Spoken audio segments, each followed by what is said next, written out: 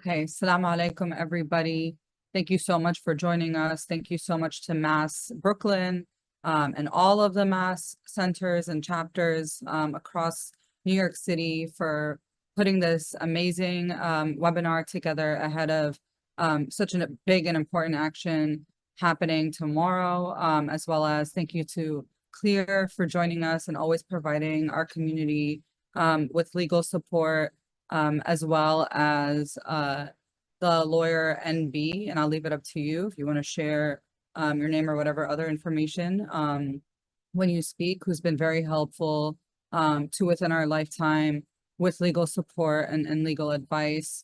And of course, thank you all, members of the community who are taking time out of your day to not only protect yourself and your loved ones, but your whole community and the movement for Palestinian liberation. I just wanted to start off by saying, I think the chat is being disabled, but regardless, whether it's in the chat, or if you speak up on, Zoom, just to make sure not to, give any identifying information. We are gonna be figuring out Q&A, but when that happens, don't speak about anything personal. You'll be able to contact lawyers after this webinar if you have any specific or personal questions, but this is just going to be a general webinar, inshallah. And I'm going to give a quick introduction about the run of show and just our program for today. And I'll see if Abdullah or anyone from Mass wants to add anything.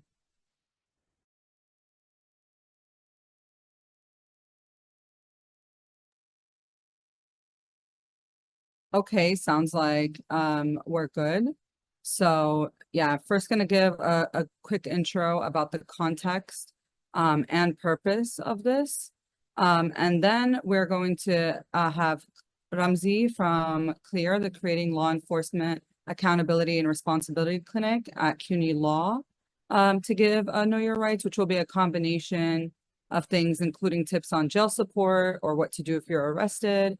And then NB we'll fill in with real scenarios for people. So, you guys have an example of what can happen regardless of being prepped with one's rights, because we know that they don't always and usually actually don't respect our rights, especially when we're protesting, for a cause like Palestine. So, I think it's important for us to remember that tomorrow, October 7th, is really being hyped up in the media, especially right-wing media, tabloids like the Post, with this fear-mongering mentality, kind of presenting it as another 9/11.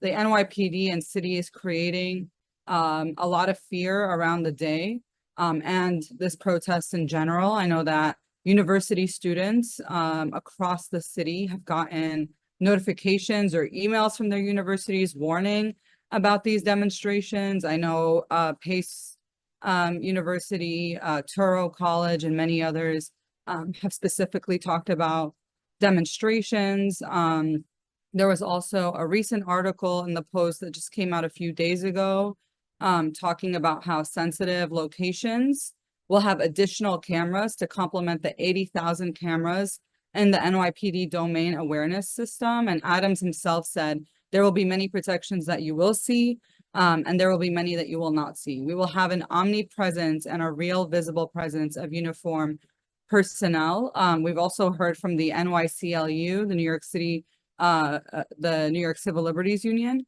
that the streets are just going to be flooded with police officers tomorrow, that police officers are being asked to work all over the city. So we know that this is an attempt to chill our speech, to prevent us from speaking out in support of Palestine, and to, make people feel worried or afraid about standing up for justice. I think a lot of what we see and what we hear and why we're having KYRs like this is that they will use very small things like jaywalking or being in the street or using amplified sound, which are everyday, normal occurrences happening in New York City.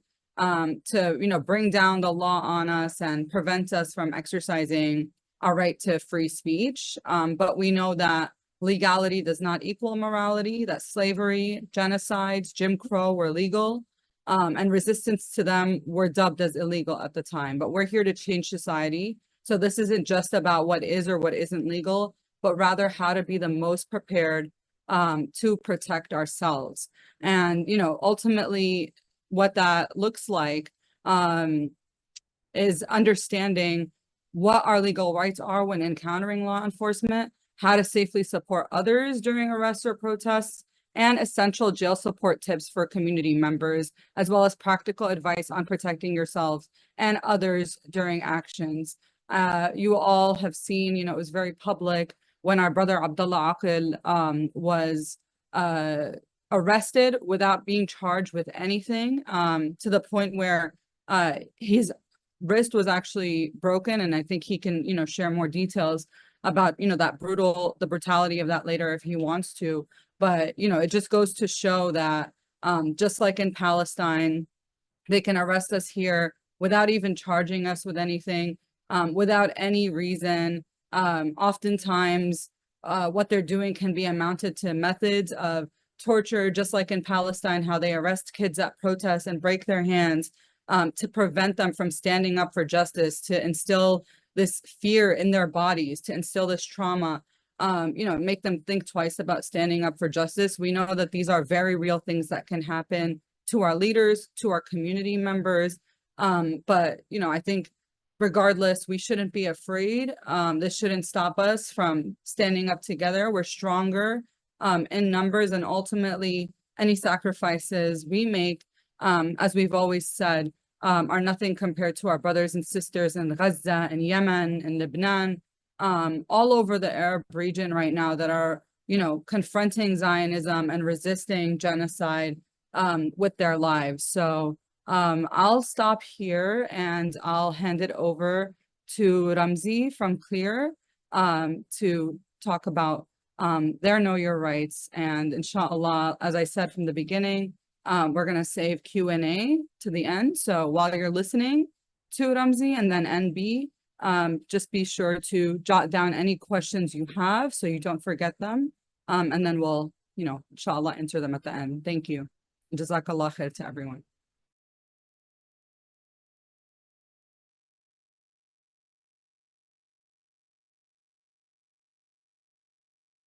Assalamu alaikum, everyone. And Jazakallah khair to Nardine for that introduction. And again, just to recap very quickly what we'll be covering today.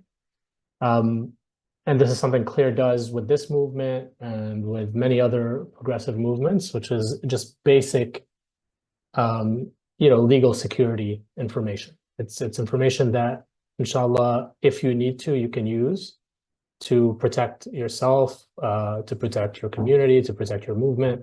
And it's, very basic legally, like actionable legal knowledge.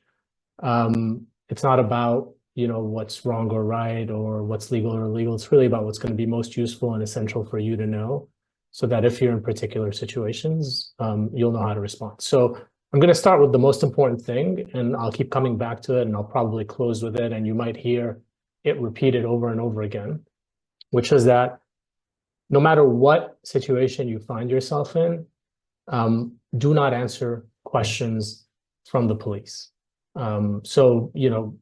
At a lot of protests, folks have been arrested. Some of those arrests were organized, like, civil disobedience arrests that were planned. Some of the arrests were organic, which happens at a lot of mass protests, like spontaneous, unplanned arrests. But either way, if you are in custody, do not answer questions. You will be processed. But no matter what happens, if they put you in an interrogation room, or if they try to talk to you nicely or not so nicely, or even if someone you don't know in a holding cell approaches you and starts to ask you questions about, what you did or your organizing or your political views or beliefs, the safest thing for you to do is to, really exercise your right to not answer those questions. You will be processed. You will eventually be released with a summons or a desk appearance ticket. In all likelihood, we'll talk about those things in a little bit. But again, the most important thing is not to answer questions. And that's because, and you've heard this, a lot of us know this from television, from the movies, whatever you say, could be used against you, right? And so the reason we give this advice, again, it's very basic advice. It's just so you don't, create evidence or information that could then be introduced against you. A lot of people think that, well, I can talk myself out of a situation. That's just not true. That's not what we've seen in practice. That's just not what happens. You're not going to be able to talk yourself out of it. And you're at a significant disadvantage. You're in a context where, it's legal for law enforcement to lie to you. It's illegal for you to lie to law enforcement. So there's an asymmetry there. You're at other disadvantages as well. They know the law, you don't. They're trained interrogators often, you are not. And so the safest thing to do is just to refrain from answering any question. This is, easier said than done, of course. We're all socially primed to answer questions when we're asked those questions. We're all conditioned to answer accusations. Like if somebody accuses me of something, my natural instinct will be to defend myself. If somebody shows me a picture or a video and they claim that it proves that I've done something or other, my natural instinct will be to respond and defend myself. We're asking you to resist all of those perfectly understandable natural instincts to get yourself out of the situation as safely and as quickly as possible. And again, this is what the richest and most powerful people in this country do. Presidents, including Biden, former presidents like Trump, some of the richest people, when they're asked questions by the FBI or by law enforcement, they don't just answer those questions. It all goes through their lawyers, right? And so, there's something in that for all of us in terms of how to respond in those situations and how to deal with the authorities and with people in power. So again, the most basic thing we're going to say, and we're going to keep on coming back to, is do not answer questions. And in that same spirit of minimizing the attack surface, minimizing the ways in which we may have vulnerabilities, and getting ourselves out of situations with law enforcement as quickly as possible and as safely as possible. I'm going to ask each and every one of you who intends to participate in the protests tomorrow or in future protests, think carefully about what you bring with you, and try to bring the least amount possible in terms of what you bring on your person. Because if you bring a backpack, that could be, subject to search or seizure. That they could claim that you had something in the backpack. They could claim that it was used as a weapon. So the less you bring with you, the better it is, right? So think carefully about what you want to bring with you. Think carefully about your phones. Also, our phones at this point have a lot of sensitive information about us. They can be used as tracking devices to pinpoint our location. Their content can be used to show different things in court, as evidence, right? And so if you can afford to not bring your phone with you to the protest, that's probably the safer practice.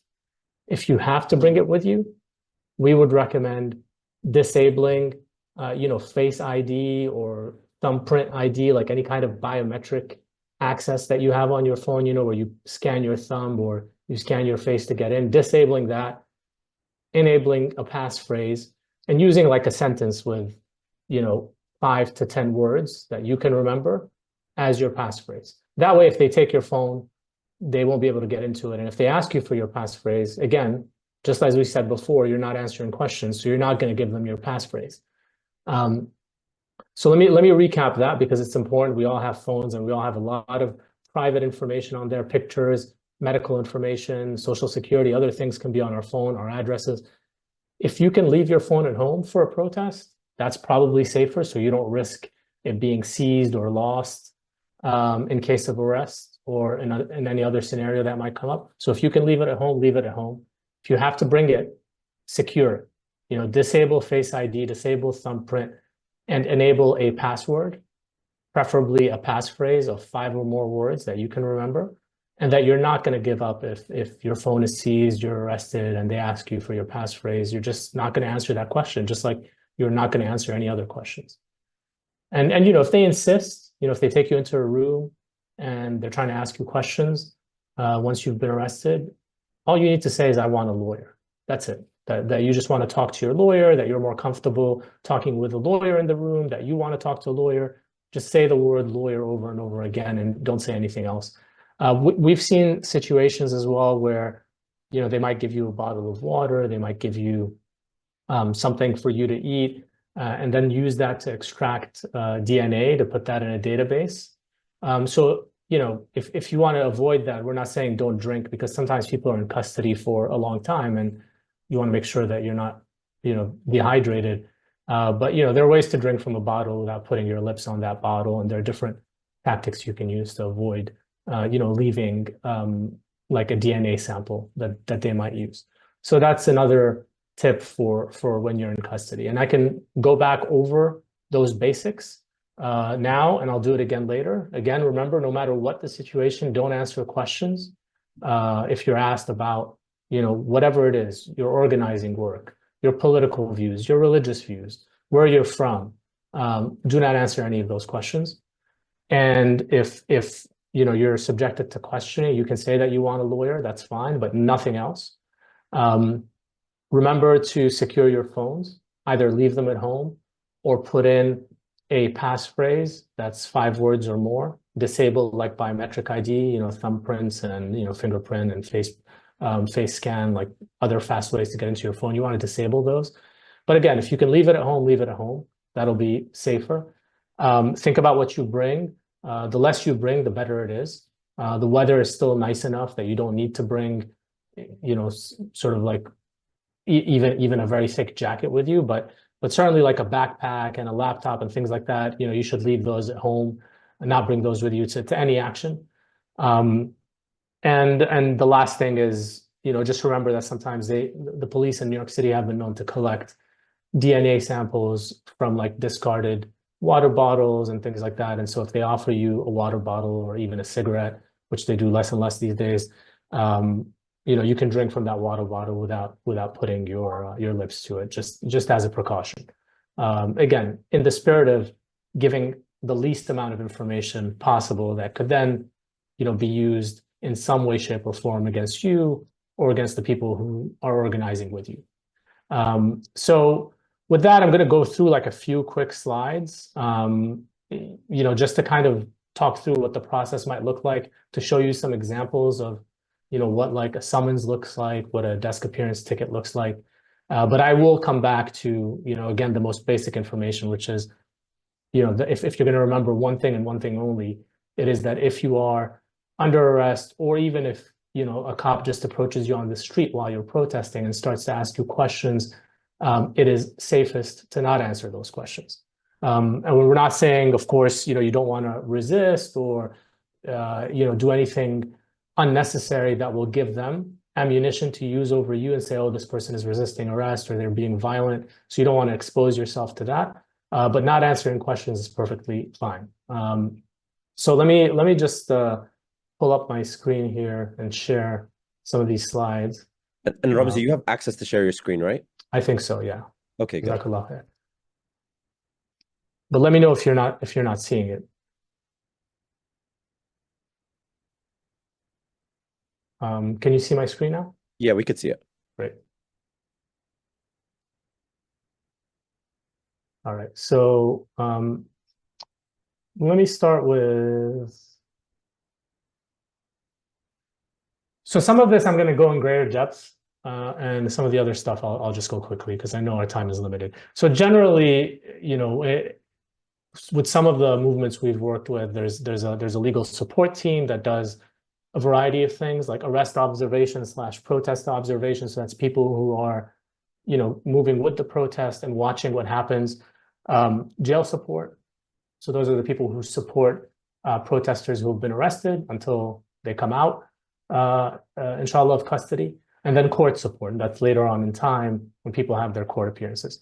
So I'm not going to go over all of that in great detail, but I'll just skim over some things. The main thing I want to highlight in terms of what role you may take on at a given protest is you want to make sure to think carefully with fellow organizers and fellow protesters about, the factors, the risk factors, like your individual risk factors, because that will determine sort of what the consequences of arrest might be for you will determine what roles you should or maybe should not take on in an arrest, right? So for some of us with more immigration privilege, for example, it might be safer for us to take certain roles and risk arrest, whereas folks with less immigration privilege might be able to play different roles in a protest, roles that would not subject them to arrest. So it's good to think about this intentionally because, of course, there's always something for you to do in a protest. And we want to make sure that, again, people are able to participate in the protest and not suffer consequences that could have been avoided. So immigration status is one of the main factors that we encourage you to think about. When I say immigration privilege, I mean those of us who are US citizens, of course, have the most amount of immigration privilege. And so if there are riskier roles where you are likely to get arrested, maybe those roles should be filled in the first instance as a first resort by US citizens, as opposed to green card holders or visa holders or brothers and sisters who may be undocumented, right? So in that order, those are the degrees of immigration privilege that we talk about. And so you want to think about what is this person's immigration status, and does it make sense for this person, given their immigration status, to be in this role if the role comes with a very heightened risk of arrest? Because the consequences of arrest for somebody who's here on a visa or who's here on a student visa are going to be dramatically different than the consequences of arrest for somebody who is a US citizen. Okay, and we can get into this more if there's a need, but I just want to flag this as something to think about. Prior convictions is another factor to think about. The way this plays out, as we've seen in this movement and other movements, is that if a person is arrested as part of a protest and this person has a prior conviction, then that might influence how long the person is held and how they are treated in the criminal processing system, right? And so again, when you're trying to figure out who's going to take on the riskier roles, the roles that come with a heightened risk of arrest, if a brother or sister has a prior conviction, you may not want to put them in that position because the consequences for them may be worse than they would be for somebody who does not have a record. Employment security, some folks work, for example, for the Department of Education. There are certain jobs, usually public sector jobs, where having an arrest could jeopardize your employment or could jeopardize like background checks that you need for your employment. So those of you who are in those jobs usually know whether your employment security might be jeopardized by being in sort of a high-risk role where you might be arrested. So that's another factor. And then finally, marginalized identities. I mean, we all know this from our experience, from what we've observed. People of color, folks who are visibly Muslim, Black folks, queer folks, and others have been exposed to more severe consequences. So I mean, we know this, like if you are a visibly Muslim woman or man, we've seen a trend, a pattern of law enforcement being more aggressive. If you're a Black person protesting, we've seen a trend or pattern of police being more aggressive. And so as we're trying to decide who goes into what role, that's another consideration. So these are just the factors, again, guidelines for people to think about when you're trying to distribute roles at a protest and you're trying to figure out who is going to be in the positions most likely to result in an arrest, or in the roles where they might get arrested the most. And by the way, some of these roles, just to go back a second, some of these roles might be like protest security roles, leaders of the protest, people who are holding like a loudspeaker, for example, or other sound amplification. Like these are the folks who are going to be most visible, most in contact with the police. And so they're the ones who, by extension, are in the first degree, the most likely to get arrested. Observing arrest, I'm going to go over this quickly. The role of an arrest observer is just to figure out who's been taken into custody and to collect as much information as possible. Like what were the circumstances of the arrest? As much as you can safely collect in that setting, you'll do that. I mean, you might film it, you might take a picture, as long as you're at a safe distance from the police and they can't claim that you're interfering, right? Because if they can claim that you're interfering, they might arrest you for that reason, right? So as long as you're at a safe distance, you could record it, you could take a picture of it. I'll quickly go over this as well. You might see at the protests tomorrow and at other protests, and you've probably seen it at past protests, folks wearing green, like the NLG observers, wearing blue, like the ACLU and New York Civil Liberties Union observers. Those organizations play helpful roles, but I just want to be clear on what they do not do. Whatever information they collect through their folks who are on the ground, that information doesn't go back to the organizers of the protest. So here, the information would not go back to MAS or to WOOL. The information would go back to their organizations, right? To the ACLU, to NICLU, to NLG, the National Lawyers Guild. So that's one point to keep in mind. Like, they do collect useful information, but it's for their own organizational purposes, right? And they have a mission. Each of these organizations has a distinct mission. And so that's why they're doing it. And they do it very well in many different moments. The other thing that they don't necessarily do is like provide legal representation or advice.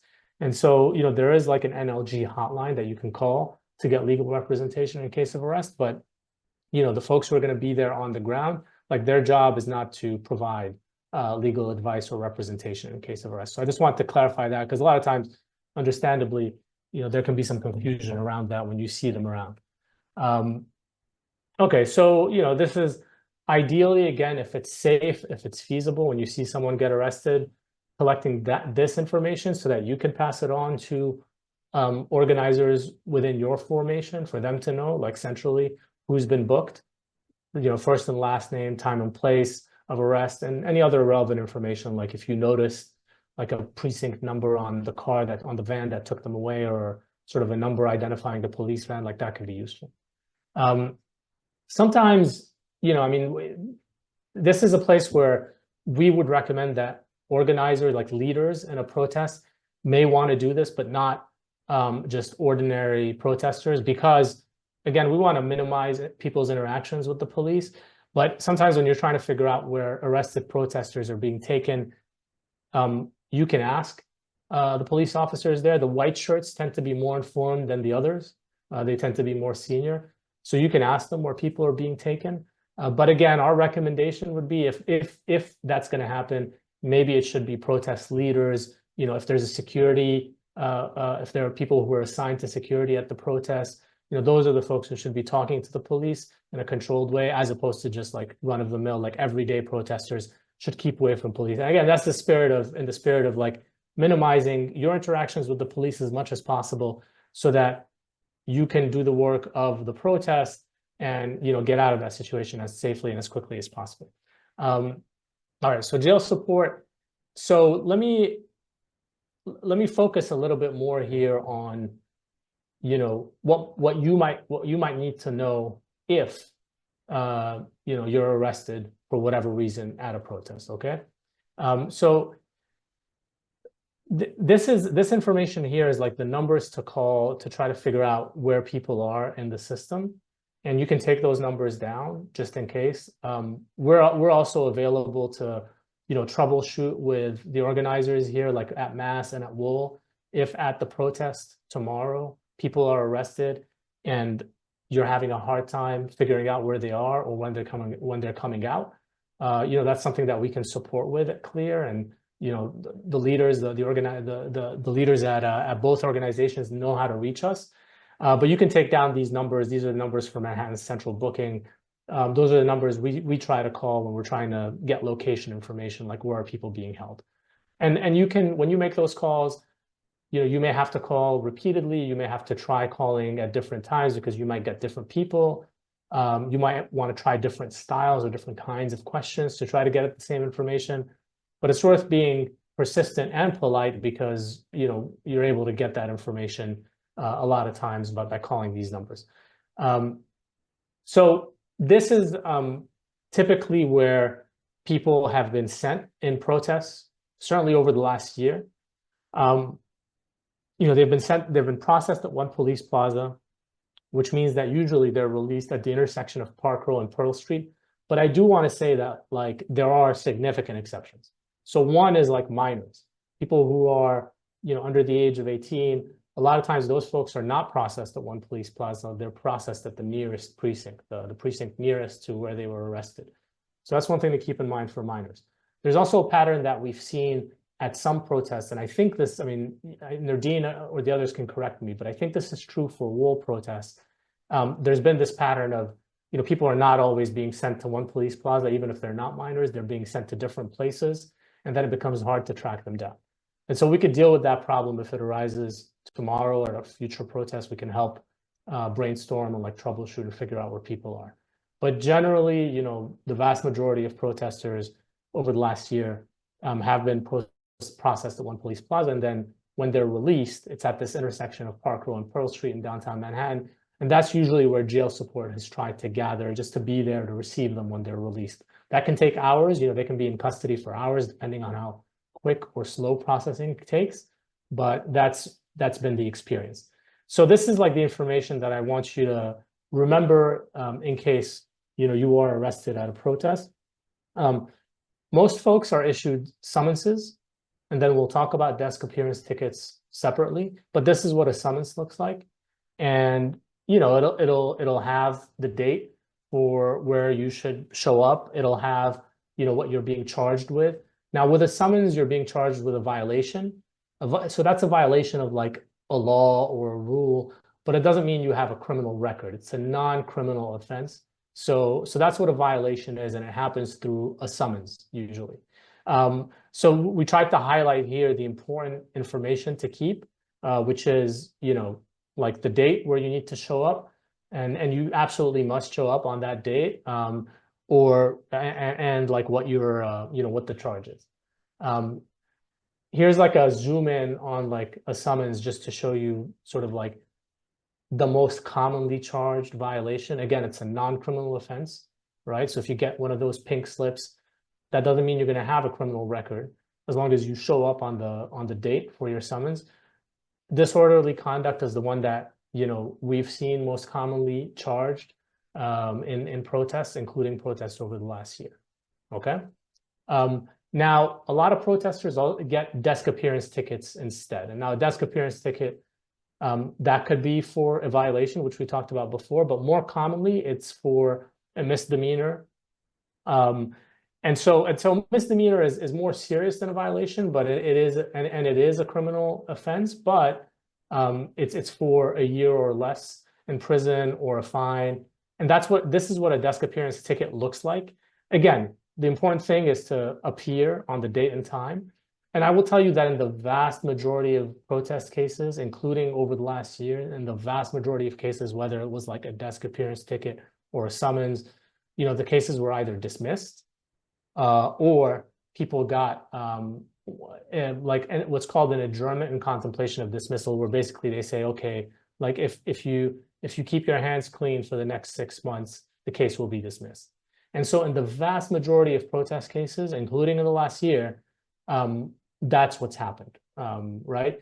There has been a minority of cases where we've seen more serious charges, including felonies, you know, where sort of the outcome wasn't as quick and as clear and as positive as what I just described. But that's a minority of the circumstances. Usually people are getting taken in for violations. They're given summonses. They're being charged with like disorderly conduct or like, you know, being on the street when they should be on the subway, or, you know, sometimes it's like some form of like obstruction. But again, in the vast majority, you know, those cases are going away. The most important thing to do is to, you know, keep your summons once you're given one, keep your desk appearance ticket, and appear on the day and time. And if you need legal representation, you know, the National Lawyers Guild again has a hotline. You can talk to folks, the leaders and organizers at Mass and at Wool, and you know, they can be in touch with a Clear or with the National Lawyers Guild or other trusted lawyers to make sure that you have representation. But the most important thing is to remember that date and time to show up, because otherwise, you know, they can put out a warrant for your arrest. Like it becomes more complicated, it can snowball. So just making sure you're there on that date and time. And for the desk appearance ticket, I will say, like, they might ask you, you know, they usually ask you to sign, sort of to confirm receipt. That is the only thing we will tell you to sign, really, just to take possession of the desk appearance ticket and leave. But if they ask you to sign anything else, like if they give you a piece of paper that says, you know, you're admitting to X, Y, or Z, or like you're admitting that they read you your rights or anything like that, do not sign it. And it's the same as like, you know, what we told you before. Don't give them any information. But for your desk appearance ticket on your way out, they might ask you to sign in a place where you're like confirming receipt. Make sure it's the desk appearance ticket that you see on your screen, and you know, sign it to confirm receipt, and you know, take your take your copy of the desk appearance ticket and leave. But you're not answering any other questions. You're not signing anything else. Okay, so I think I talked about this, and this is the number for the National Lawyer Guild's Mass Defense Committee, where if you're given a summons or a desk appearance ticket and you want representation, you don't have legal representation, you could call this number. You can take this number down now, but if you don't, it's fine. Once you get out, you'll connect with leaders at Mass and Wool, and you'll be able to get this number and follow up that way. But just remember, the court date is the most important thing. You want to be there so that there is no excuse for there to be more process against you. Okay, so court support, that's something that we can maybe skip through. This is for like when people are held over. They might have an appearance the next day. Those are very rare circumstances in a protest context. Like most people, again, are released the same day. It might take hours, but most people are released the same day. Okay, let me see if there's anything else here. I mean, there's a lot of information that's potentially useful to locate folks who did not get released the same day. We have those numbers and we can help. Usually there's like a handful of people, maybe in a large protest, who are held longer than sort of the same day frame, who might be held overnight, and we could try to help sift through that if that happens. Okay, so this is for appearing in court, and I don't think it's particularly essential. Let me go back to. I just want to go back now to where I started, which is just remember ahead of the protest, think about bringing the least amount of things with you possible. Don't bring a bag, don't bring your laptop, don't bring your backpack. Think very carefully and bring only what you need to bring, absolutely need to bring. Because anything you bring could be taken from you or used against you, right? With respect to your phone, think about leaving your phone at home for the protest. That's the safest thing to do. If you cannot leave your phone at home and you absolutely have to have it on you, disable Face ID, disable like any kind of biometric like thumbprint or Face ID that allows you into your phone, and enable instead a strong passphrase, 5 words or more that you can remember, that you won't forget. And that is a passphrase that you will not give to the police or to anybody. Some folks also recommend, and this is a tactic that's helpful as well, putting your phone on airplane mode before arriving at the protest. Again, that's because our phones can be used to track us, okay? So just remember that ahead of the protest. When you are at the protest, do not confront the police, do not engage with them, do not physically resist or do anything that can give the police an excuse to escalate against you or against others. If you're asked questions by the police, you don't have to answer those questions. Do not answer those questions. And this holds whether you're on the street or whether you're in custody and you've been arrested. Okay. I am, this is a recommendation again in the spirit of getting you out of these various situations as quickly and as safely as possible so that you can exercise your right to protest and not give law enforcement any excuse or any opening for escalation or an opening for them to shut you down or shut down the protest that's happening around you. And so the less interactions you have, the better it is. Do not answer questions no matter what the situation is. If you want to say something, you can just say, I'll ask my lawyer, or I want my lawyer. And that's certainly true if you're in custody and they're trying to question you, whether it's in a holding cell or in a room. The only thing you should say is I want my lawyer, and you should certainly not answer any questions.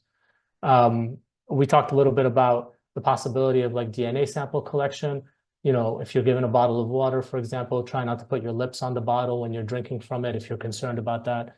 It is known to happen, and the NYPD does do it. Other police departments do it as well, collecting DNA samples that way. Like once you throw out that bottle, your saliva's on it. And so, you can try not to do that to avoid that scenario. But throughout, you want to be firm on not answering questions, but, polite and non-confrontational to not give them excuse an excuse or an opening to escalate, turn violent, and engage in repression that will affect you and affect the folks who are trying to protest around you. Okay, so I will stop there, and I look forward to your questions, and jazakumullah khair for all that you're doing. Jazakallah khair. Thank you so much, Ramzi, to the entire team at Clear.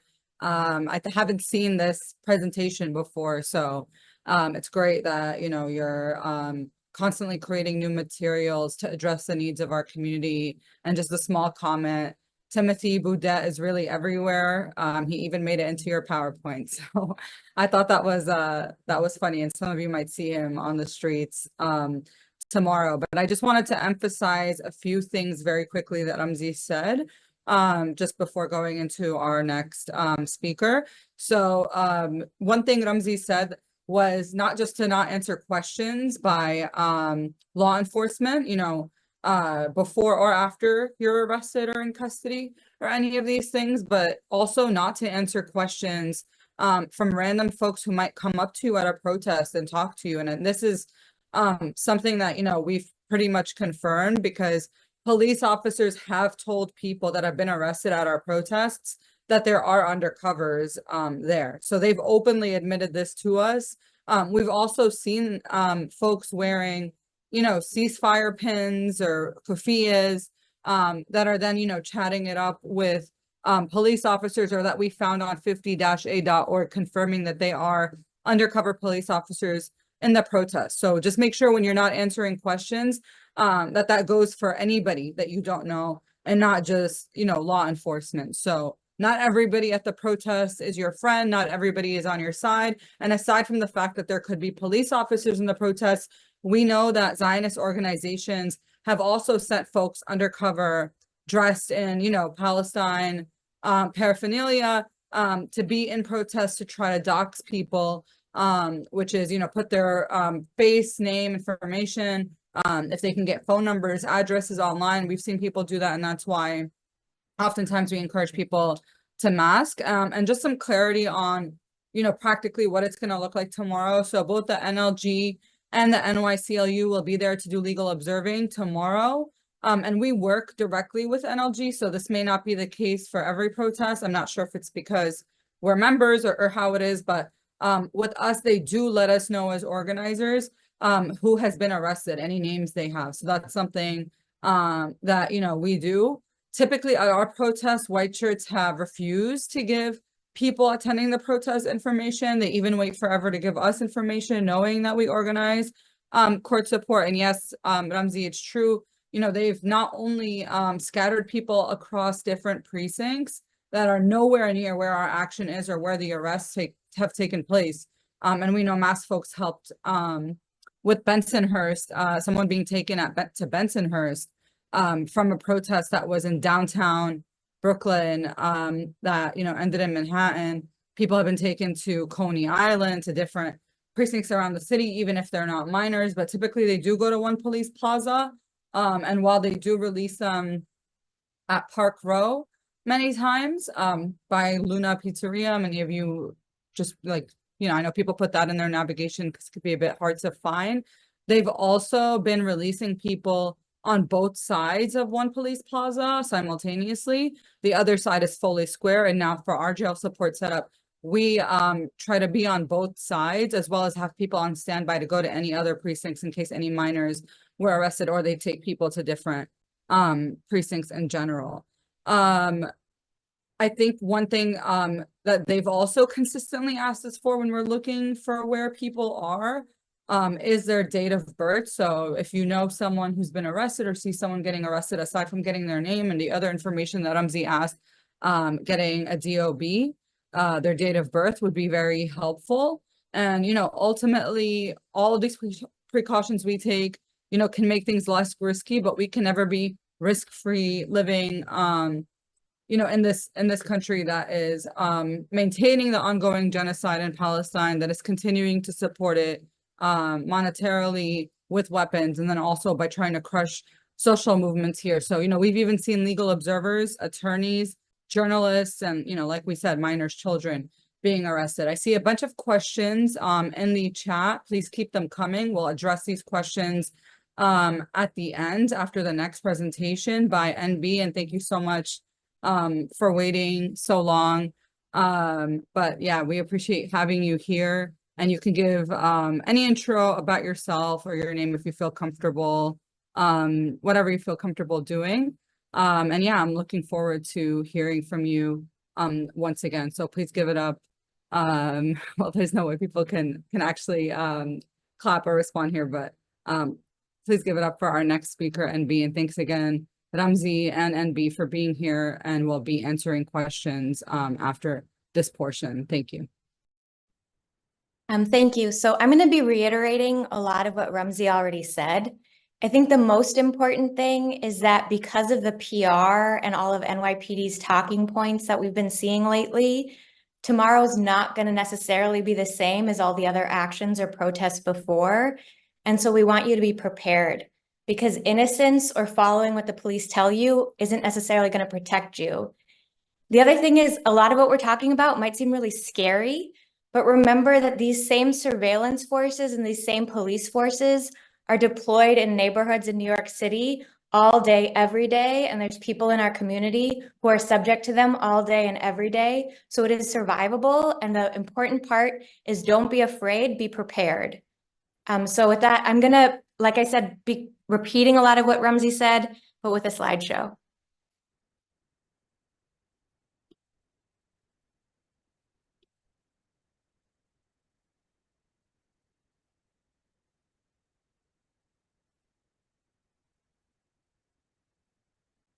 Oh, sorry, give me one moment.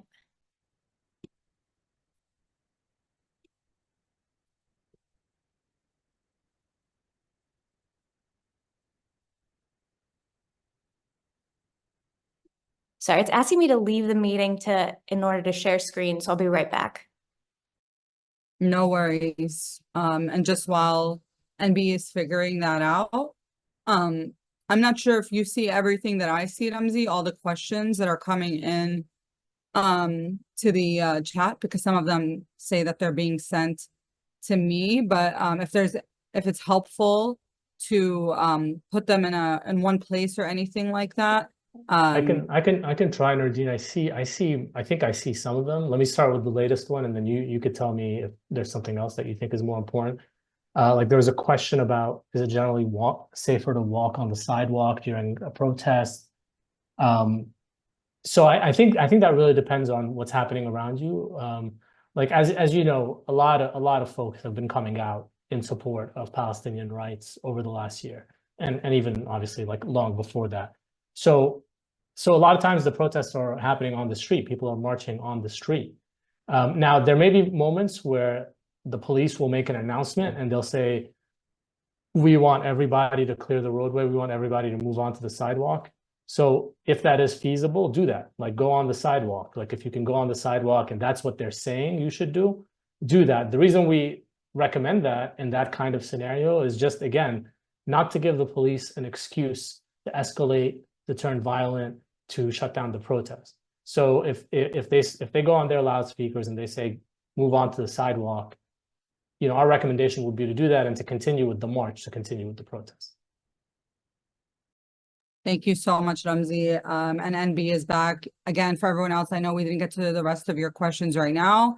We're going to get to them to the end because some of them could be answered by the next presentation, and then NB and Ramzi will answer those questions between the both of them. So feel free to continue to send them, and I'll hand it over back to NB. Okay, sorry about that. So your goals tomorrow are probably going to be to avoid the cops and to not create evidence against yourself or others. It's important to keep in mind what their goals are going to be. There's going to be a lot of cops tomorrow, and what they're going to try to do is end the action as quickly as possible. And the way they're going to do that is they're going to try to intimidate or isolate you so you leave. So a lot of times what we've seen at the wall protest is when we're marching, they'll cut us into segments, or they'll set up like a blockade in the middle of the march so that we get broken into groups. Make sure you stay with a group, but don't give up or don't leave just because the cops have isolated you. If you are intimidated or you leave because of their tactics, then you've let them win. so you don't need to let them win. They also will try to humiliate and abuse you to stop you from coming out again. When we've been seeing videos of the arrests and they're particularly violent, or they're doing things like handcuffing people just to give them tickets, it's on purpose that the repression is there. It's on purpose to keep you from coming out. So just keep in mind that that's their goal, is to humiliate and abuse you. The other major goal that they're going to have tomorrow is to get evidence and to use it against you and others, particularly the organizers. And so what that means is anything can be evidence. It's not just documents or videos or photos or texts. So what you're doing around the cops can be used against you or others as evidence. So if you're taunting and threatening the cops, videos of that, of like body-worn camera footage or cell phone videos, or the journalists who are all there when they're taking videos, that can be used as evidence against you or the organizers. So just be aware when your emotions are up, when the adrenaline is up, if you're engaging with cops at all, if you're yelling at them, you're creating evidence. The other thing, as Nardine mentioned at the beginning, there's going to be a lot of cameras. Already in New York City, you are almost always on CCTV or some form of camera that the NYPD has access to. Even when you're walking by bodegas or you're inside a bodega, a lot of those cameras are live feeds to police officers. Assume tomorrow that you're on camera the entire time.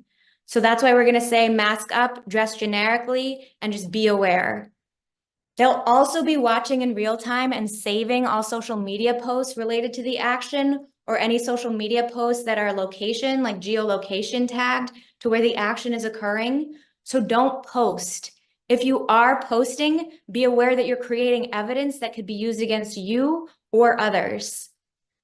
The other thing to be aware of is that, exactly like Ramsey was saying, leave your phone at home. If you are using your phone during the action, not only will cops be able to track where you are and what probably will be able to tell where you are and who you're with, they'll also be able to intercept texts.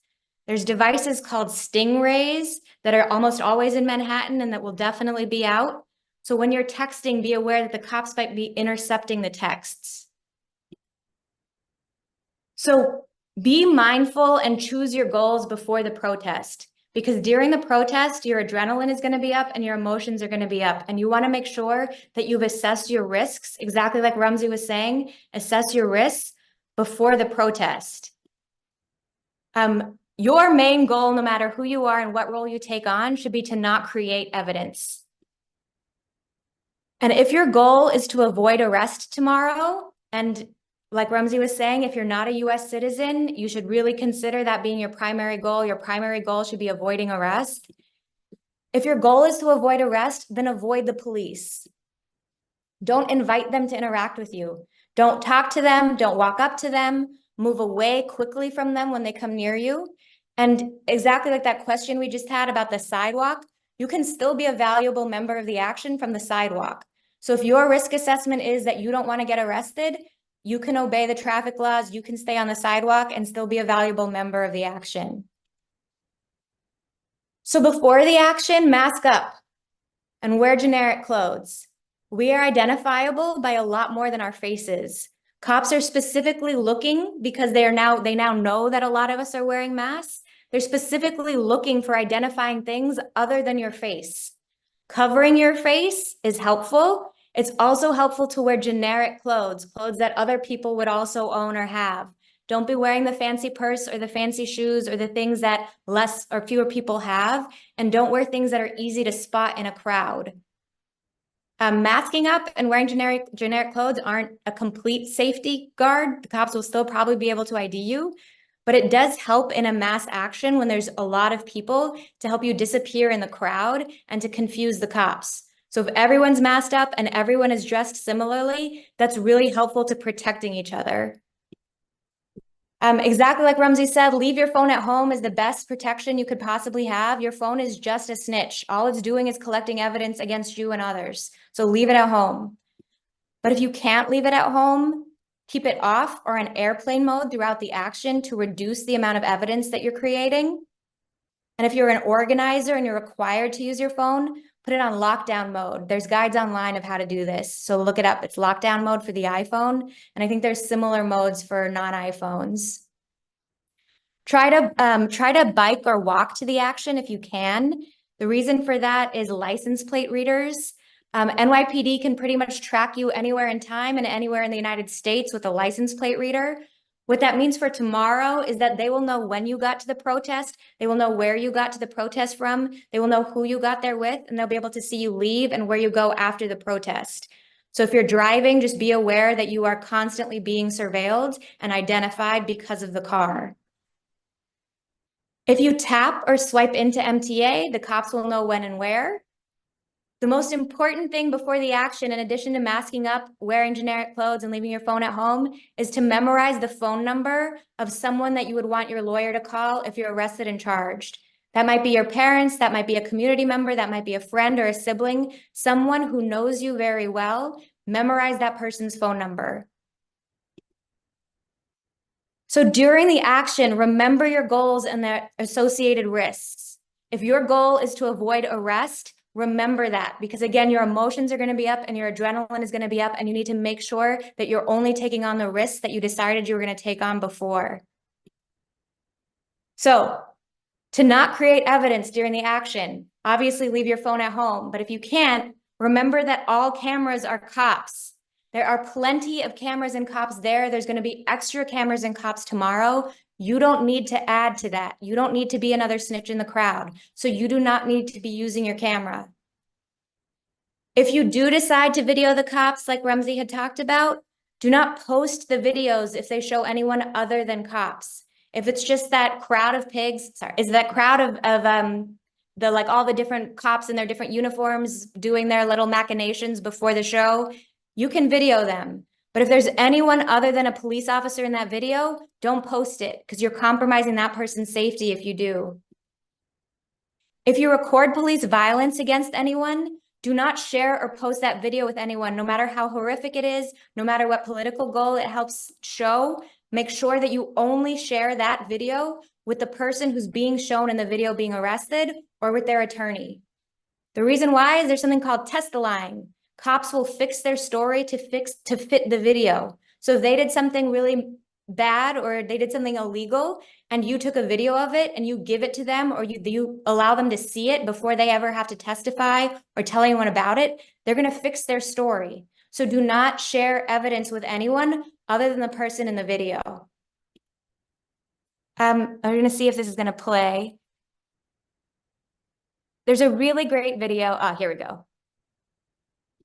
This is when Rumsey's saying don't talk to cops, this is what he's saying to do.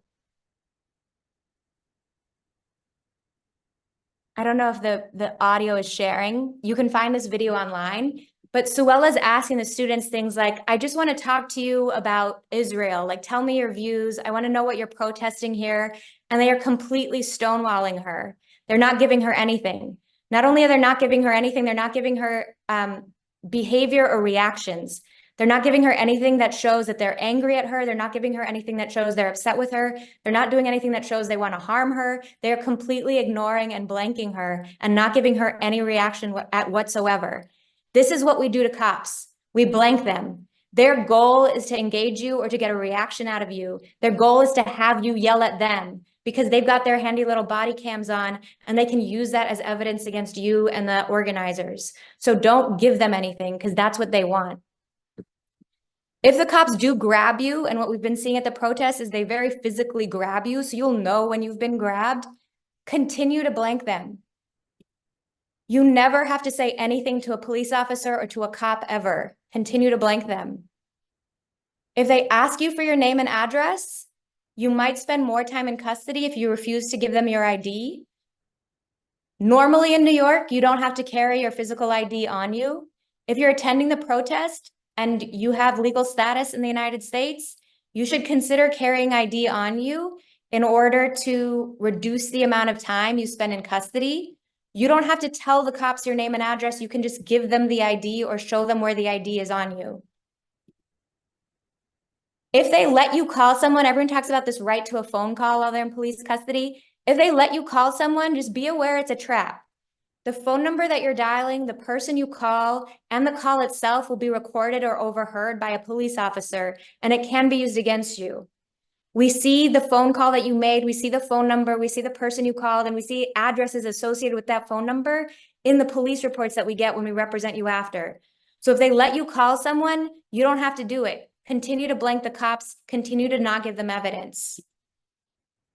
And they will continue to fish for evidence even after the cuffs go on. Because for them, it's not just about this one interaction. It's not just about you being disorderly in public. This is a much bigger and broader story for them, and this is incredibly political. So the entire time that you are in custody, they're fishing for evidence from you, and they're trying to get a reaction out of you. They're trying to learn about you, and they're trying to create evidence. Do not give them anything. Continue to blank them exactly like those students with Suella. If they try to talk to you, so once you get taken, if they grab you and if they take you to 1PP, which what Rumsey was talking about, that's like the place with cages. If they take you to the place with cages and they try to talk to you while you're in the cage, blank them. Do not react to them. Don't give them anything. If they're trying to talk to you in the holding cell, it's especially important that you not talk or react because there aren't cameras that they give to us back there. So even though there might be a camera, that's not cameras that's given to your defense attorneys. So make sure that you blank them anytime you're in the cage. And exactly like Rumsey was saying, if they offer you food or water, don't put your mouth on it. Definitely drink water. If you've been held for a few hours, you do not want to risk your health by dehydration. And you might be in there a while and they're counting on your will being overborne. They're counting on you getting sick of it. So make sure that if you need to drink water, you drink it. You just don't need to put your mouth on the bottle. And you want to avoid putting your mouth on anything. The reason for that is when you leave DNA, the best collection of it, the best way that they can gather it is from your mouth. And so they want to get your mouth on something. And the reason why we say don't talk is you will not talk your way out. So now you've been in cuffs, you've been taken to the place with cages, you've been in a cage. You are going to get frustrated and you are going to start to think, maybe I'll spend less time here if I start talking to someone, if I talk to this officer who can hear me, if I yell to him, how long am I going to be here? Talking will not help you. They might hold you for hours and it'll feel like talking will speed it up. It will not. Continue to blank them.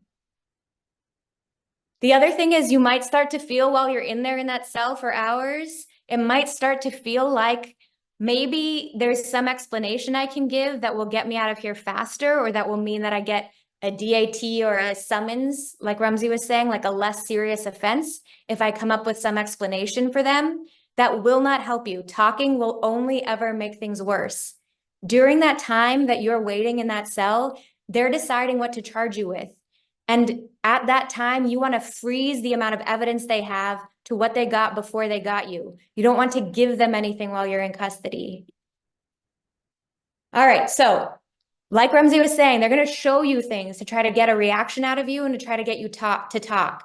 The only thing you ever say, if you are not going to continue to blank them, the only thing you ever say is, I want a lawyer.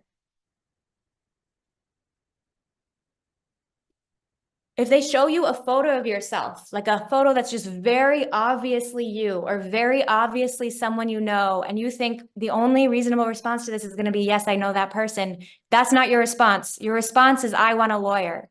They're going to show you a photo of yourself to try to get you to either identify yourself or just try to get you talking. Because once they get you talking, they're trained to keep you talking. So they show you a photo of yourself, you say, I want a lawyer. They show you a video of yourself or someone you know, you say, I want a lawyer. If they take you into a little room with a table and chairs, I'm going to show it to you, that's an interrogation room. The only thing you ever say in that room is, I want a lawyer. So this is the interrogation room. And I can't get that video to play, but basically that's the room where they'll hand you the water bottle or the cigarettes. That's the little blue room with the table and chairs. That's the interrogation room. The only thing you ever say in that room is, I want a lawyer. That room is fully recorded. There's cameras everywhere in that room. There's a camera angle everywhere in that room. They might keep you in that room for hours. Only thing you ever say is, I want a lawyer. Even when there's no one in the room physically with you, there's someone behind the double glass and there's a camera. A lot of times what I'll see is like people I represent will start talking to themselves in there. Do not talk to yourself. The only thing you do in there is, I want a lawyer. And make sure that no matter how many people try to talk to you, you continue to say, I want a lawyer. We're anticipating tomorrow that in addition to NYPD, there'll also be federal agents and FBI. Those are federal cops. They might dress differently than NYPD. They might not look like cops. Every single person who tries to talk to you once you're in custody, once you've been handcuffed, once you're in the cages, once you're out of the cages, every single person who tries to talk to you that you don't know, you say, I want a lawyer. And they might try to talk to you multiple times. You're going to continue to say, I want a lawyer. And again, answering any questions or talking at all will not get you out faster. And it will not reduce the consequences for you. It's only ever a trap, and it's only ever about making things worse for you. So the most important thing is that when you're in custody, you have to trust fall on us. There's a network of lawyers who are making sure that we try to reduce the amount of time that you spend in the cage. The thing that happens, the very natural thing that happens, is because you've lost control, you try to take control back, and you want to know what's happening, and you want to know if you can talk to someone, and you want to know how long you're going to be there. You have to trust fall on us, keep repeating, I want a lawyer, and trust that we will come and get you. You might end up sitting at the precinct for hours and get a ticket. That's the best case scenario. Or you might be taken from the precinct to central bookings. If you're taken to central bookings, you'll be waiting more time there. Don't be afraid just because you're in central bookings. Like we saw what happened with Abdullah, and it happens all the time. The DA, which is the prosecutor, the city employee who is in charge of deciding who gets charged with what, they might decide not to charge you with a crime. So just because you've gone from the precinct to central bookings, that doesn't mean that everything's over. It doesn't mean anything bad or worse is going to happen. And it doesn't mean that you should start talking. Continue to not talk to the cops. We will continue to track you in the system, and we will continue to try to get to you as quickly as we can. Don't talk to them no matter how much they hold you and no matter where they take you. The one caveat to this is in the New York State system. So if you're in city custody, if you're in Manhattan custody, if NYPD is the one who's been talking to you, if you're taken to central bookings in Manhattan, there's someone called the Criminal Justice Agency, the CJA, who will come and speak to you. So this means that you've sat in the cage at the precinct, you've been taken to central bookings, you've sat in a cage, they've taken your fingerprints, and now someone is going to come up to you who says they're not a cop, they're Criminal Justice Agency. They're going to ask you questions about where you live and whether you go to school and where you work. It's your decision whether to answer those questions. But for CJA, that's not a cop, for CJA, the more you answer their questions and the more accurate information they give you, the higher chance that you'll be released without having to pay bail. So this is very nuanced, and this is probably information only for the people whose primary goal tomorrow is not avoiding arrest. But always don't talk to cops. If CJA comes to talk to you, answer their questions if you want to get out without bail. It is also very possible tomorrow, what we saw in 2020 with 3 protesters at a particularly heightened time, is they got transferred from NYPD to federal custody. If you're getting transferred from NYPD to federal custody, remember that you still trust fall on us. We are still tracking you in the system. We will still try to get to you as quickly as possible. And you continue to say, I want a lawyer. Do not panic. We still have you. We still got you. Just, I want a lawyer to anyone who tries to talk to you once you get transferred to federal custody. So the most important takeaways for tomorrow are neutralize your cell phone. So make a decision about whether it's coming with you, whether it's going to be off, or whether it's going to be in lockdown mode. And I want a lawyer. That's all you know how to say to cops.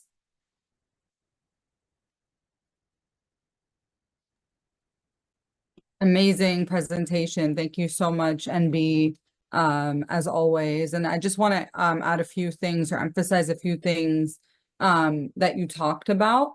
And I know some of these are things people ask questions about. So I don't know if you still have time to answer questions, if you want to look through them and pick out or just kind of combine answers to whatever questions you think make the most sense to address while I do this part, or while I just kind of emphasize the points I wanted to.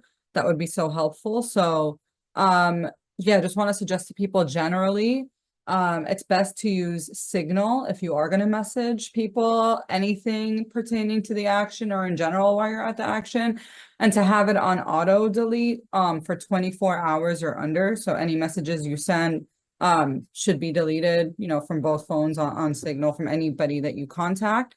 Also wanted to suggest for folks, we know they did this to Abdullah when they arrested him, is they actually took a piece of paper that he had that a lawyer wrote his number on to give to Abdullah. And this is a lawyer from Wool who was with Abdullah in the hospital room, emergency room, you know, after they brutalized him during his arrest, before he was processed. The police officer literally told the lawyer, you have to leave, but you can write your number and give it to him. So he did that. And when he left, they actually took this piece of paper from Abdullah and they threw it out so that he would have a hard time contacting him. And these are some of the psychological, you know, methods, torture, intimidation, harassment methods that they use against our people. Luckily, Abdullah had a second piece of paper with his number. But, you know, we also can suggest to people to write phone numbers on your arms of, you know, a lawyer that you can contact or someone that can contact a lawyer for you. Again, though, any phone calls should just be to the point, not like, don't talk about what happened, how you feel or anything like that, just that, you know, to get in contact with a lawyer. Also, one thing we've seen I wanted to add, I think you called it test aligning, where they look at videos of what happened to kind of like videos that contradict claims that they're making. They'll look at them and adjust their story so they don't contradict themselves. Whereas in reality, we know when they do contradict themselves, that would be more helpful in dismissing any case against you or not bringing certain charges. So definitely, you know, don't post videos for that reason. But also, we know that the Internal Affairs Bureau or the IAB has contacted people. They've contacted, you know, myself and family members and loved ones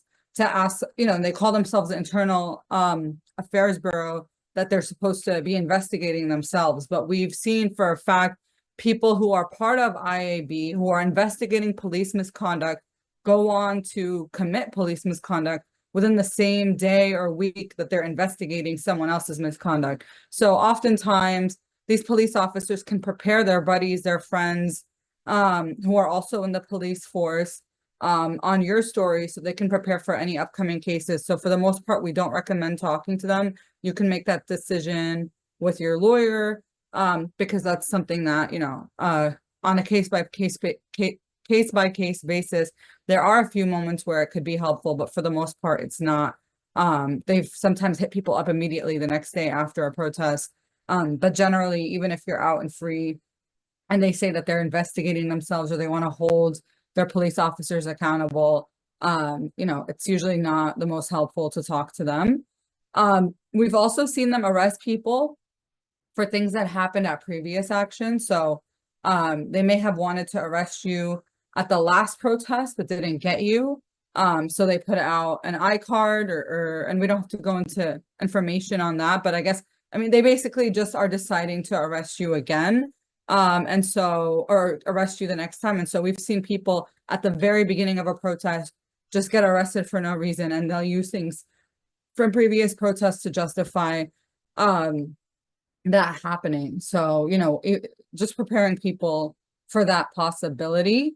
Also, one thing I wanted to add is when you are arrested, it's best to have as little property on you as possible. But oftentimes when you do, they won't release you a lot of times with your property. They'll give you a property voucher. Some people, they don't give them a voucher and they have to hunt their stuff down, but that's something that you should ask for if you leave without any property that you came in with, cash, things like that. Ask for a property voucher so you have an easier time retrieving it. I also just want to add that, you know, when I was arrested, they actually illegally took both of my phones from me at one point, and said that they were keeping it for evidence, which was just a bold-faced lie because they were actually entered into property 5 hours later. They knew I knew my rights. I asked for a property voucher. They refused to give me one. So again, even if you are entitled to these protections, they don't always, apply them or use them, but it's still important for us to know so that we can try to safeguard it at all times. And then I'll say on the question about the sidewalk, well, yes, if it's less risky for you to be on the sidewalk in that moment, that's a decision that you'll make, but again, it's not completely risk-free given the fact that we've seen people literally be shoved off of the sidewalk. I myself have been shoved off of the sidewalk by police officers and then arrested for being on the street. At the Brooklyn protest, I was literally shoved by police officers into another police officer. So, this is something that they often do. And the best way to, again, not be arrested is to just be far away from cops at any moment, even if you're on the sidewalk, because if you're close to them, they can still do that. So, we've seen them cut off people on the sidewalk, like NB said, and then tell people to get on the sidewalk, and they'll use SRG bikers to literally block the sidewalk in both directions and then tell people to come. And when you have thousands of people, it's very difficult to do that because there's no space, like people mentioned. So, again, these are all loose guidelines, but we know that they don't all, they're not always a reality. But, like NB said, the most important points are not creating evidence and, not talking to police, just saying that you need a lawyer, because all of these other guidelines, they can ignore, and they can, make decisions and choices that are illegal that put people in harm. And these are things that in the moment, we may not be able to do anything about them, but, there are so many folks who have sued the NYPD, who are continuing to sue the NYPD to get justice down the line. So these are just the points I wanted to make. And then NB, I don't know if you can see all of the questions I do, or if you can see the questions from at least Mass. And if you want to go into any of these questions, some of them I try to respond to directly in the chat. And I think some, I know that, I think Clear folks had to get off. But if anybody from Clear is still here and you want to share your contact information in the chat for people to hit you up about personal, or your team up about your personal question, about any personal questions they have that aren't answered here, that would also be appreciated. So I'll stop here and let you go. Sorry, I think I see some questions, but I'm not sure if I see all of them. Make sure if you're sending questions, guys, that you're not just sending them to me, that you're sending them to the hosts and panelists. But if you did send a question just to me, make sure that you also send it to NB. I see like a ton of questions. Maybe we can just start off with what you see so far that looks like the most important. And if there's anything you didn't address, I can just cross-reference that with what I have to bring it to your attention. So I think the biggest fear that people have when they're in custody is, how serious is this going to be? And the most important thing is that nothing that you have available to you, there's no information available to you that's going to give you that information. That's why I'm saying that we will be tracking you and lawyers will be tracking that, but you won't know from the fact that you were taken to 1PP, that doesn't mean you're not going to get charged with the crime. But also, just because you get taken to central bookings, that doesn't necessarily mean you're going to get charged with a crime. Just because you transfer from place to place, there's nothing, you can't read into the situation because there's not going to be an answer there, basically. So the important thing is to not panic, that no matter what happens, the process, we will come for you as soon as we can. And so the important thing then is just wait for an attorney. Like, no matter what situation, no matter where you're brought, like, wait for an attorney. I'm getting a lot of questions about like electronic safety, and I am not actually the best person to answer those types of questions about encryption and things like that. There's a really good organization called the Electronic Frontier Foundation, EFF, that has a lot of guides and materials about this. So if you have very specific data questions, I would poke around on that website. They also have little protest guides that has specifically as much information as you need.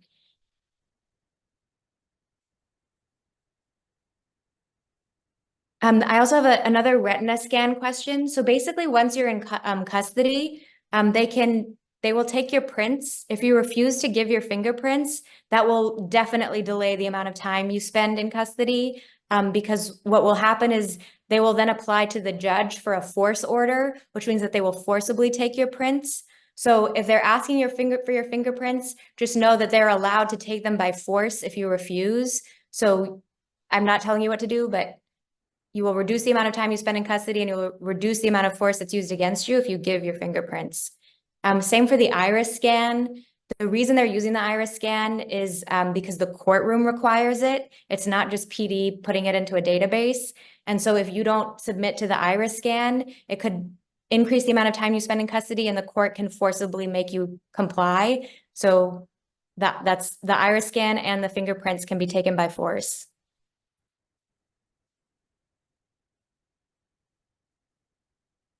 I have a question about how to get to the protest safely using the MTA. And I mean, I think that the answer to that is, you might know the answer to that.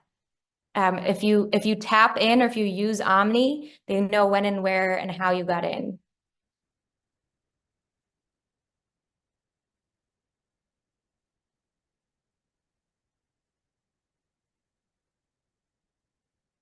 Okay, I have a question that's like a really good question. I don't know if a cop asked it or if a real person asked it, but here's the thing about self-defense.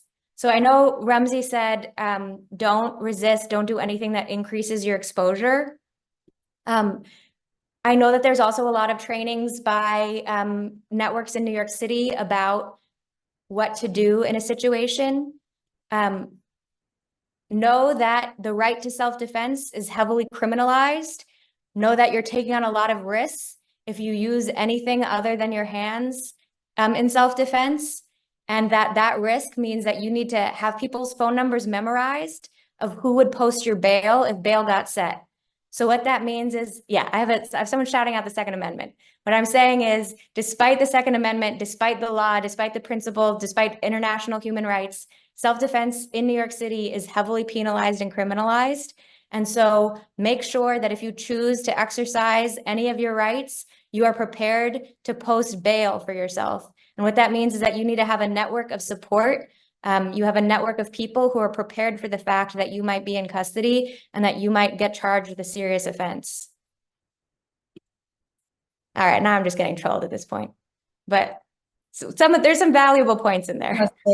Not everyone is asking questions in good faith, so we don't have to answer everything. And if people's question didn't get answered, hopefully by the end of this, I know on their website too, Clear does have a way to contact them personally, since I know NB is just one person and cannot talk to all the people here. What I'm gonna do now is just answer any questions that I didn't see you get to, and then just feel free to like interrupt me at any point to add to any of that.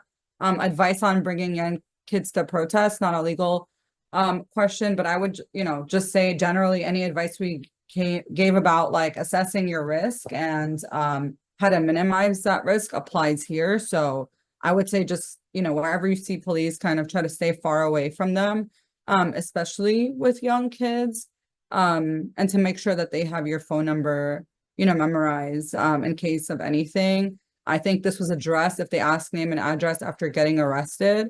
It would make it longer if you don't answer that. So the best thing though, if you have that on an ID, just give them that ID and let them see the name and number, the name and address that you have there. That also answers the next question about, is it not recommended to bring an ID card with you? And NB is an actual criminal defense attorney, and I'm not. So again, just literally feel free to interrupt me if you want to add anything at any point, or if I got anything wrong. You're not usually allowed a phone call if you are arrested. They might offer you one from their personal numbers or some other way, but again, like you should only use it in terms of if you need a lawyer or like in an emergency situation. But just know that they're going to know who you called. They're going to have that person's name, their address, their number, and they're going to have your phone call recorded most likely. So you don't have like a full-blown phone call if you even get one. Usually you don't. personal info to provide. I mean, we've seen them ask people for IDs while they were, before they were even transported. And at the last protest, actually, someone gave their ID and they uncuffed them and let them go on the spot. That's not usually typical, but it's happened before. But usually when they take your photo, bringing you into 1PP for processing, they'll ask you for that information. I don't think you can refuse retina. But I think like you can, I know that you can ask for fingerprints to be destroyed after the fact if you're not charged with anything. I'm not sure if retina is the same thing. You can look up the numbers for central booking, but any numbers that we'll get either from Clear or any of the information they shared from their slide about the phone numbers, we can try to share at the end or post later. And then just going down.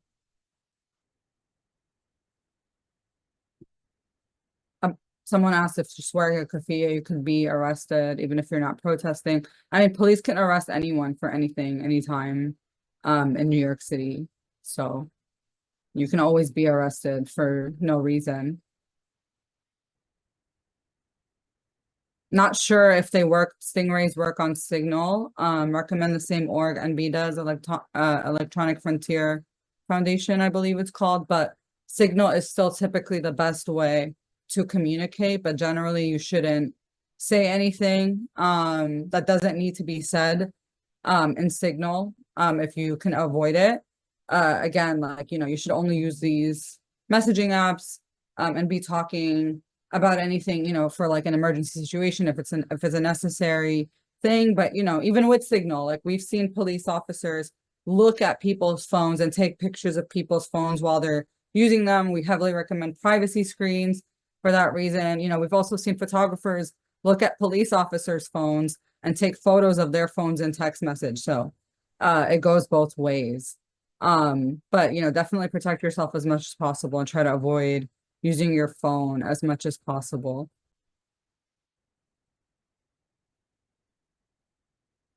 And then someone's asking, like, why is it okay to answer CJA questions? So maybe NB, you can clarify a little bit on that, what kind of questions you can answer from them to make, to make sure that, as you mentioned earlier, Yeah, so I know that that's confusing and in conflict with all our other advice of to not talk. The reason why is in New York City, judges use a risk assessment tool to decide whether or not to set bail in your case. Bail is money you have to pay to get out if you're charged with a serious crime. I think for many people and many of the people here, that's not really going to be an issue. If you are taking on more risk tomorrow, and if you are taking on risk at the level that this applies to, then you probably already know this is a risk you need to be prepared for. So the only people who are going to be dealing with CJA are the people who are getting charged with more serious offenses. And you will know when you're in that situation. And if you are in that situation, you might be eligible to have bail set. If you're eligible to have bail set, which is the money that you would have to pay in order to get out, judges will use your non-cooperation with CJA against you as a reason to set bail. So that's why I'm saying the only possible exception to I want a lawyer is CJA. That being said, you don't have to answer CJA's questions. So if you meet with the lawyer and give the lawyer all of that information, the lawyer can then tell the judge, listen, this person doesn't have a lot of criminal justice system contact and didn't understand who the person was and thought that they still had to ask for an attorney. So they did exactly what we instructed them to do, which is ask for an attorney and invoke their legal rights. So you can't use that against them. But if you are more familiar with the criminal justice system, answer the CJA questions because it will increase the likelihood that you'll get out without bail. Yeah, I think that really covers it. Someone asked, what does being part of jail support for those arrested look like? So I did want to talk about this a little bit because we've seen different styles or different, behaviors at jail support. And, we want to emphasize that jail support is not another protest. Jail support is not a socializing hangout thing. Jail support is not a place to antagonize cops because that's not usually helpful. And that could lead to further arrest at jail support. So the reason that we're there is to make sure when people come out that there's a community there to welcome them and support them, especially if they've been physically injured. We usually have medics on scene to look at and document any injuries. We have people doing intake. So, you know, when you get those pink slips or whatever paperwork they give you when you come out, we'll be taking down that information to make sure to connect you with a lawyer later. There's usually, you know, some snacks, some water at jail support. So folks who have been without those things for hours are able to access them easily when they come out. Oftentimes things are shut down in Manhattan, especially in that area. There's really not much going on there, but you know, the purpose is to provide community to support people when they come out, not to turn it into, you know, a party like atmosphere or another protest. So we really want to discourage that.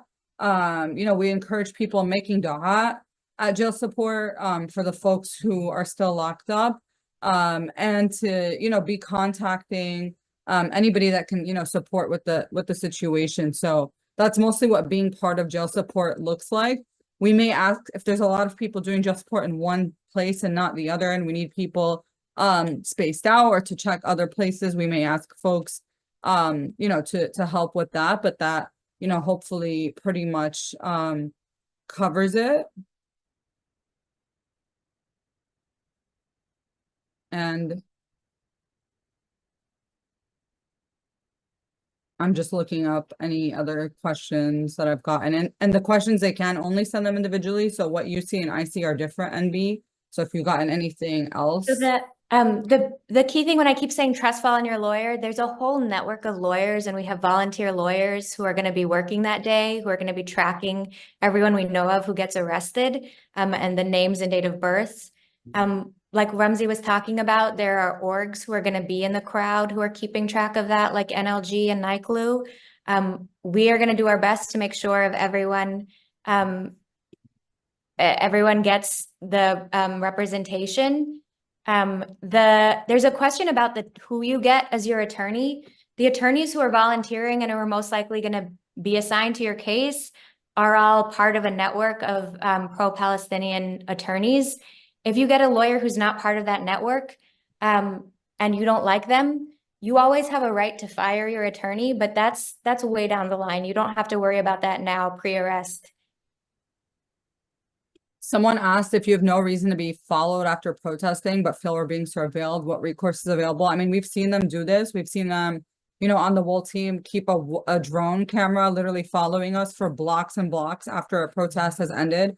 And they've used this to prevent us access to the train stations, even when we're just a group of like 5 or 6 people, and the protest clearly ended over an hour ago. This happened to us at Grand Central, where someone with literally a kafir tattoo, like I said, the word kafir in Arabic, and he was an Arab, you know, and I think people use that pejoratively. We've seen Americans use like the word infidel, like proudly, in an Islamophobic sense, literally prevent us from getting into Grand Central. You know, instead of escalating the situation, arguing with them or confronting them, we just went in through another entrance. So, you know, definitely don't confront them, if that happens.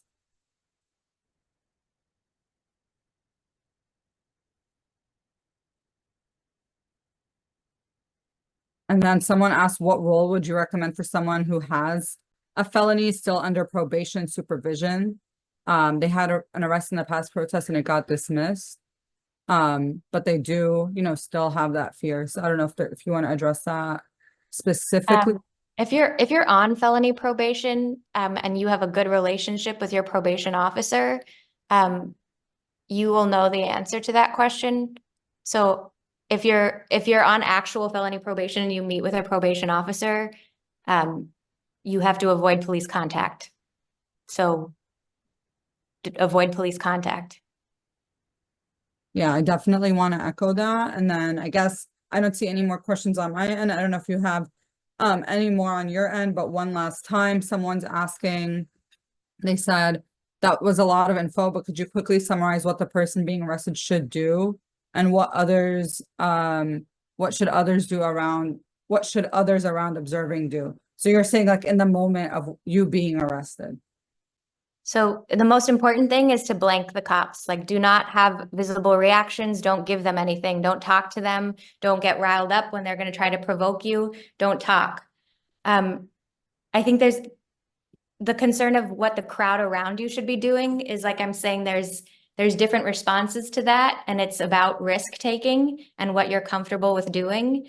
The legal advice, what a lawyer should say, and what I'm telling you is that the crowd should observe. If you're going to record, make sure the recording only goes to that person or their attorney. And if you can get that person's name and date of birth and get it to a lawyer like NLG or NICLU, then we'll keep track of the person. So basically, if you're arrested, don't panic, blank the cops. I want a lawyer. If people around you are getting arrested, you can observe. If you create any evidence about the arrest, don't share it with anyone.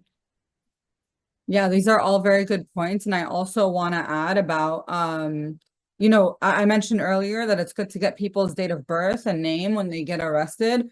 But I mean, if that's why it's usually recommended to go to protest with a buddy who already knows those things, so you don't have to yell them out loud when you get arrested, because we also know Zionist journalists, media, doxers are there and they're recording you. And now if they have your full name and birthday, you know, even if, you know, you're protected from the police or we can find you better when you're in the system, now they have your information too and can use that to create other social consequences in your life, which is usually the goal with these things. Like for most protesters, even when you get arrested, there's usually no legal consequences.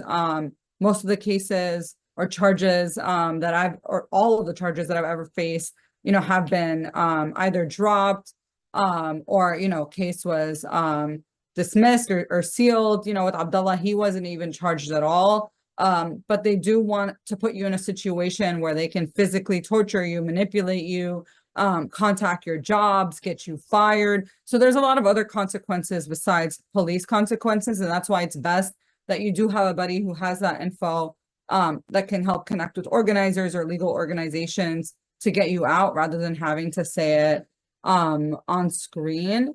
I mean, say it and then, you know, possibly be recorded by a camera and then, you know, it's posted publicly and now all that information is out there. Someone asked, is legal support tracking everyone who gets arrested that day for protest related charges? Yes, we are doing that. We do that with NLG and a legal support network. But, you know, it's also good to have a buddy there that can come let us know just in case, you know, they lie to us or we miss anything. Someone's asking if you need to leave a protest early while it's still going on. Can they arrest you as you leave? And you know, we always tell people to leave in groups for the same reason, even after a protest is dispersed, because you know, again, they can do whatever they want, even if it's illegal. They can, I mean, they kill people, right? They killed someone for jumping the fair. They left a bystander brain dead because someone allegedly jumped the fair, and they left that person who jumped the fair allegedly paralyzed. So seems extremely disproportionate and ridiculous, and it's essentially a mass shooting, and they can do that. So they can definitely do whatever they want to us, but it's not about, you know, preventing them from breaking the law and being unjust, but just being prepared for anything. And that's why we suggest people to leave in groups with buddies, so that if you are targeted, people know. And that's also a good point that someone brought up, that offsite buddies are good too, having someone who you check in with and can connect to legal and wool if they don't hear from them. So someone who's not at the protest that, you know, if they don't hear from you, it's most likely you got arrested or something happened. But I think that's it.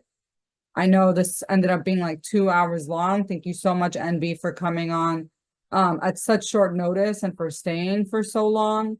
I'm gonna try, several people have asked us to get the clear information up so that you can contact them if you have any specific questions that are personal to you that, you know, you shouldn't bring up here.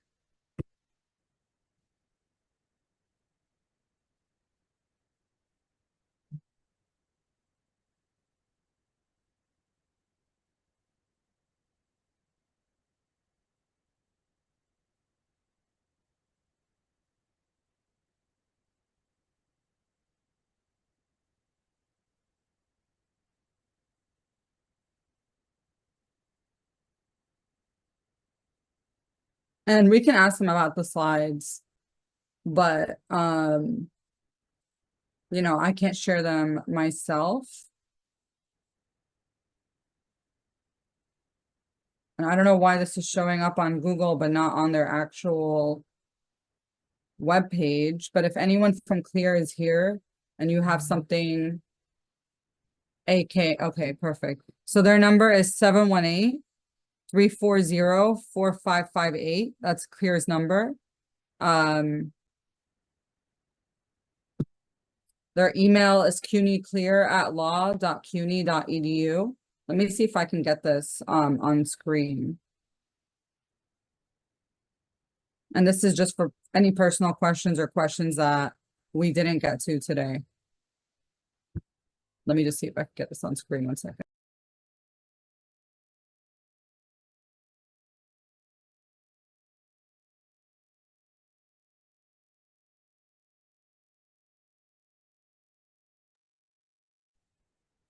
Okay, I think it may take way too long for me to actually get this on screen, so we'll send this in the mass group chats.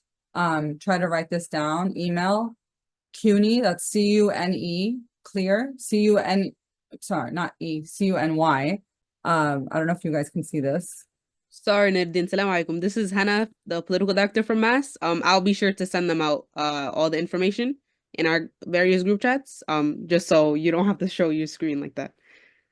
Thank you so much. That's so helpful. And I'll just say the phone number one more time in case people aren't in those chats, 718-340-4558. And you know, you could probably search them and find more information online. And also Clear said that they will send a Know Your Rights PDF and the numbers that they shared to Mass so that they could send them to the Mass messaging groups. Thank you so much. Jazakallah khair to you at Mass, to everyone who's been supporting the movement for Palestinian liberation in all the different ways, whether legally, like NB, who's also, you know, showing up and supporting all of you with your bodies, with your voices, with your messages, with your du'as, with your prayers. And remember that, you know, tomorrow that we will also, aside from Fajr, be holding a salah, every single salah besides Fajr, obviously, since we won't be out that early. During the protest. So we'll be taking breaks for that so that people can also, you know, take bathroom breaks, get water, you know, things that they need, food throughout the action. And we will also be updating the location in case we get split off, in case we're late to any of the gathering points, in case we're blocked off from those gathering points by police officers. So definitely follow us on Telegram at WOL Palestine, and on Twitter for location updates. And I think that's it. If there's anything else, any of the organizers, speakers today want to add, feel free. And Jazakallah khair, thank you all for attending, for supporting Palestine with everything you have. Remember, it's not enough to hate oppression with your heart. You know, if that's all we can do, that's all we can do. But those are, you know, those are of the weakest of faith. You know, we understand, we know in Islam that when we see oppression, we first have to change it with our hands if we can't, with our tongue, and if we can't hate it in our hearts. And, you know, that's the weakest way that we can do so. But, you know, we're not living under bombs and checkpoints, and as oppressive as things are here, many, you know, neighboring Arab countries where there's protests have been way more oppressive.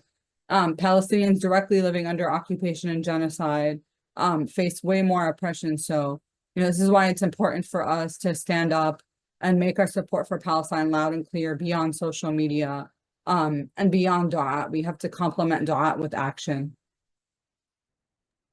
Jazakallah khair, Nardeen and MB and everybody from WOL and CUNY Clear. It's been a pleasure to have everybody on such short notice. And of course, thank you for the community members that have showed up today and will inshallah show up tomorrow. We're looking forward to a big mass protest tomorrow. And yeah, we'll see everybody. And I'll end the meeting now if MB, you don't have anything to add. No, thank you guys so much for coming, and be safe tomorrow. Thank you all. See you tomorrow. Assalamu alaikum.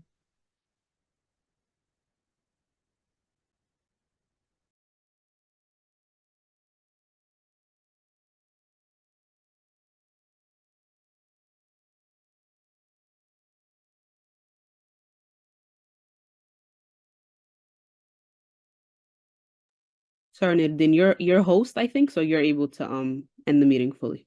Sound good. Thank you so much. Yalla, bye all. Salam.